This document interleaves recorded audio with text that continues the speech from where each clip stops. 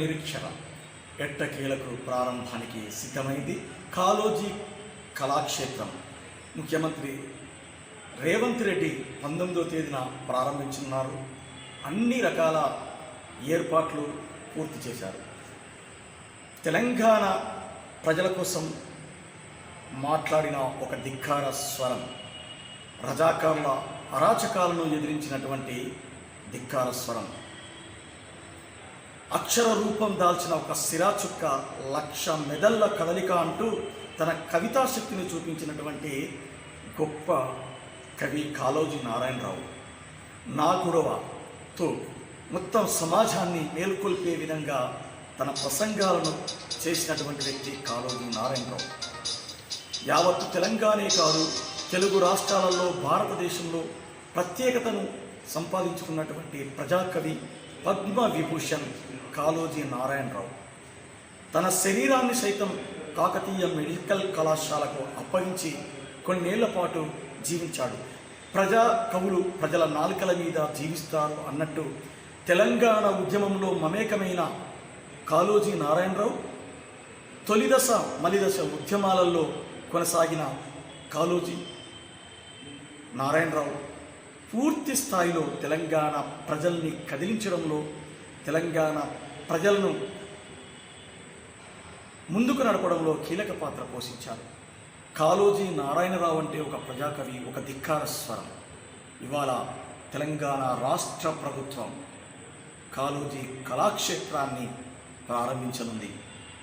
95 కోట్ల వ్యయంతో నిర్మించినటువంటి కాళోజీ కళాక్షేత్రం 1127 మంది ఒకేసారి కూర్చుండి ఒక సినిమా హాల్ లాగా ఉండేటువంటి సెంట్రల్ ఏసీతో నిర్మించబడేటువంటిది.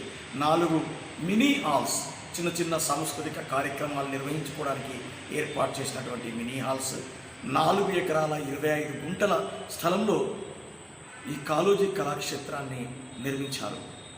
కాళోజీ కళాక్షేత్రం అంటే తెలంగాణకు ఒక సాంస్కృతిక వేదిక, ఓ సాహిత్య వేదిక. ఇది కళాకారులకు, కవులకు, అదేవిధంగా ఇక్కడ జరుపుకోవాల్సినటువంటి అనేక రకాల సమావేశాలకు ఒక వేదికగా ఉంది. తెలంగాణ రాష్ట్రంలో రవీంద్ర భారతి ఒక దిక్సూచిగా ఉండేది. ఇవాళ సాంస్కృతిక వ్యవస్థకు కాళోజీ కళాక్షేత్రం ఒక వేదిక కానుంది. పూర్తి స్థాయిలో, ఇంటర్నేషనల్ స్థాయిలో రూపుదిద్దుకున్నటువంటి ఈ కళాక్షేత్రాన్ని సీఎం రేవంత్ రెడ్డి ప్రారంభించనున్నారు.